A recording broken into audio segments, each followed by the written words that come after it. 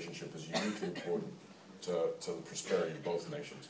It's as simple as that, but it's also hard to convey to many who, in policy-making circles in Washington or elsewhere in the United States, usually tend to focus on some of the traditional security and geostrategic challenges that America has faced, especially in a post-Cold War world. Ambassador, could you break down just a bit the elements of importance? Economic you mentioned, security you mentioned, but if you peel back the onion, what are those elements? I'll certainly give you some examples. This sometimes may not be extremely popular in Mexico, or people may not agree with the fact, but the truth is that post 9/11, a threat to the security of the United States, or a perception of threat to the security of the United States, will have a profound impact on the U.S.-Mexico bilateral relationship, simply by virtue of 3,000-kilometer border, and the fact that we have somewhere between 5 and 6 million undocumented Mexicans living in the United States, and that we have one of the largest minority communities in this country.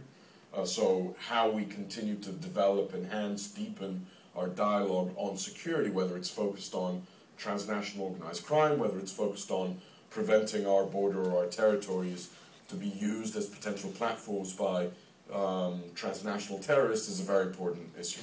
Second, in terms of the economy and social economic exchanges, when you trade $1 billion a day, when you have 1 million legal crossings a day, when you have 75,000 trucks reaching our common border in both directions every day, when you think that despite the brouhaha over China these days, for every dollar that China buys from the United States, Mexico and Canada together are buying $8 of American exports, that Mexico is the second largest buyer of U.S. exports, depending on where your focus is. If you like the traditional transatlantic relationship, Mexico buys more from the United States than Germany, the UK, France, and Italy combined. If you're focused on Latin America, Mexico buys more US exports than all of Latin America put together.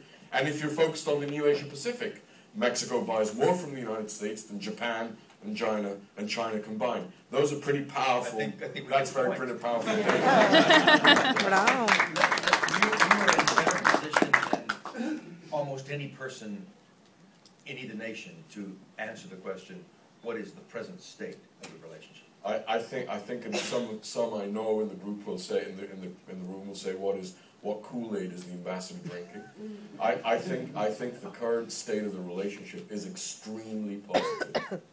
Does this mean that there aren't challenges, that there aren't issues that complicate the agenda? Certainly. But if you look at the muscle tone and the strategic direction of this relationship, Henry, we probably had not had this type of strategic vision for the relationship since the days of NAFTA.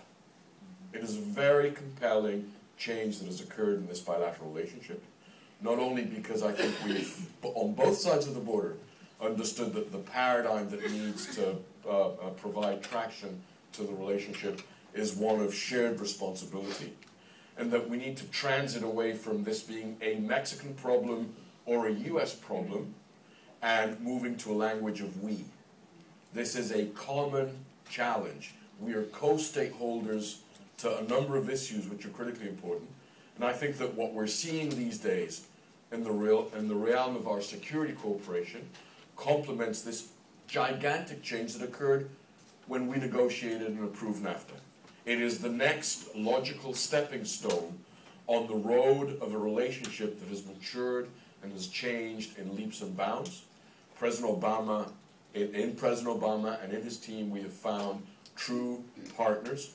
They are engaged, they are working. Now, that does not mean that there are some days and some issues in which we continue to take on that we need to continue to take on and where we face challenges. But that muscle tone, I think, had never been seen in the relationship. I want to come back to you in a moment, Mr. Ambassador, because I'd like to distinguish between whether the present, quote, shared responsibility is a function of crisis and response, or whether it has strategic character, as it did in the NAFTA period when there was a kind of a progress agenda that we were working. Think about that, if you would, as we go to the Assistant Secretary Jacobson, to answer the same question. What is the state of relationship from the U.S. perspective, from the State Department's perspective? Well, it won't surprise many of you who know me well, but it may disappoint others that I'm going to associate myself almost entirely with the ambassador's remarks. He reflects very, very well the depth and the breadth of the relationship now. From someone who's worked on this bilateral relationship and then sort of expanded outward from what I thought was the most important bilateral relationship that we have in this hemisphere for 8 years now. Part of my commitment to that is because of something that the ambassador and I have talked about and words we have used extensively. We sometimes refer to this relationship as intermestic. It is an atypical foreign policy issue for the United States because it is so bound up with our domestic policy, with our domestic well-being, with our domestic security. And so it is both an international and a domestic issue for the United States. And I view that as critical with Mexico, as critical with Canada, as we look at North America for the future of U.S. competitiveness and for the future of our security and our global presence on issues that we both care deeply about. And I think that's one of the kind of refinements I might make to the ambassador's argument, which is simply that among those things that we look at with shared responsibility are not just those that I think get a lot of the headlines. Security obviously being the most prominent one, where we are both confronting organized crime that we need to fight in our streets, in our cities. Energy security, where Americans unfortunately will still answer that question about what country provides more foreign energy to the United States wrongly, no matter how many times we ask it and we try and educate. But in fact, North America, Mexico, and Canada provide far more of our energy security as we look ahead to whatever transition we make from fossil fuels to renewables. But it's also an issue of importance to Americans because there is very little in our interaction with some of those acute foreign policy crises around the world that affects Americans every single day in their daily life. And as the President has promoted the National Export Initiative, I think the ambassador's statistics speak volumes for where new good jobs are going to come from.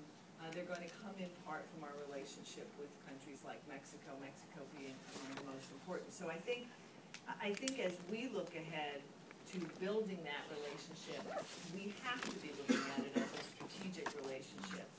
Whether we're looking at COP16 in Cancun last year and Mexico's leadership on renewable energy and climate change, or whether we're looking elsewhere in the world at some other crises in partnership with Mexico on the UN Security Council. So you would have the American people know that although the headlines blare with a particular message, that there is an ongoing strategic set of discussions that haven't flagged, haven't been delayed, continue to get attention.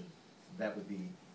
I think that's absolutely the message. And I think the message is that those discussions, those advancements in the relationship are taking root, are sort of digging deeper into the institutions on both sides of the border so that they can withstand day-to-day crises or day-to-day political And again, just to hit the highlights, sort of bullet point,